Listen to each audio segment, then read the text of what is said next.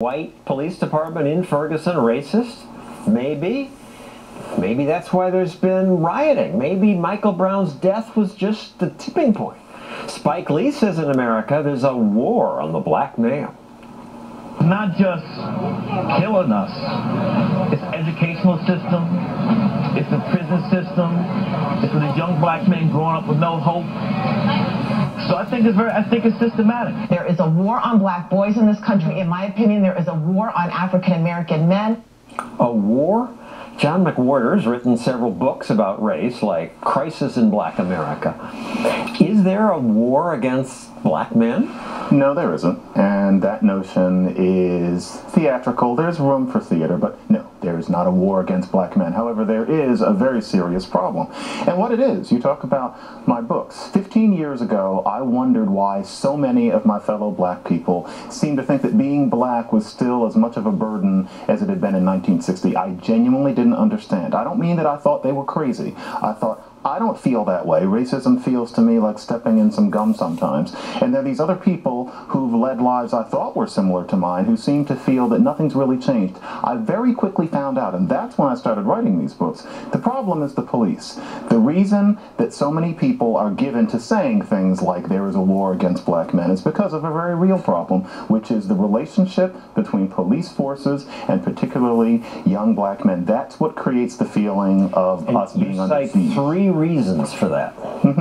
The main reason that police end up flooding black communities so often, such that you have interactions that lead to incidents like the one that murdered Mike Brown, is the war on drugs. Most people don't think of it that way, but the simple fact of the matter is that if there were no war on drugs, the police would not have nearly as much reason to be in these neighborhoods. And this is the part that's harder to talk about, but like most such things is true, if you are a young black man growing up in a community like that, where the schools are bad, where all sorts of things are bad, it's not exactly the hardest thing to drift the wrong way. Now, one wrong way that you can drift is to sell drugs for a markup because they're illegal. You don't have to be an evil person to do that, and not everybody does it. But big profits are tempting when you're young. Yeah, and if you couldn't do that because drugs were legal, then you wouldn't have so many black men drifting into that in the first place, and therefore we would have a new racial situation in America. And that's not rhetoric. I think it is simple, solid truth. The war on drugs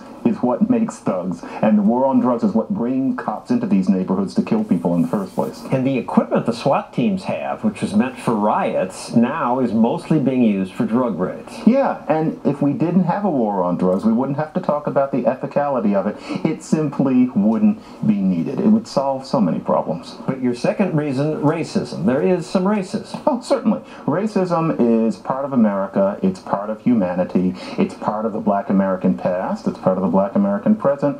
It's part of the black American future. And in particular, if you're talking about a situation where a white cop and a young black man are in some sort of clinch of a situation, then certainly the racist sense that a black boy or man is more likely to be violent is going to come into play. That is not fair, but it's also true. But of course, it's not fair, but it's true.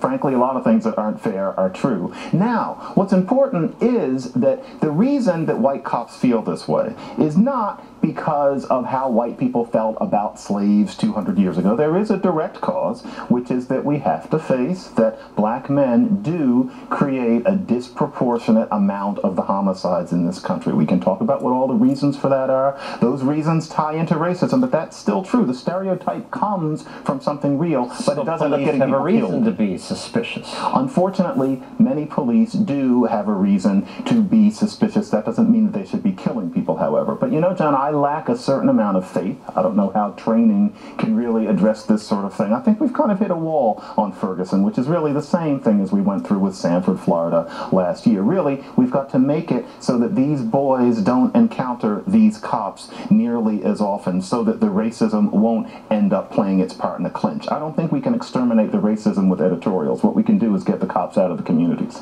By ending the war on drugs. I mean, I would also add, when you talk about race and people's reactions, is it just skin color? I look at these pictures and I see these two kids wearing hoodies and their pants low. If these were white kids, I'd be apprehensive looking at them.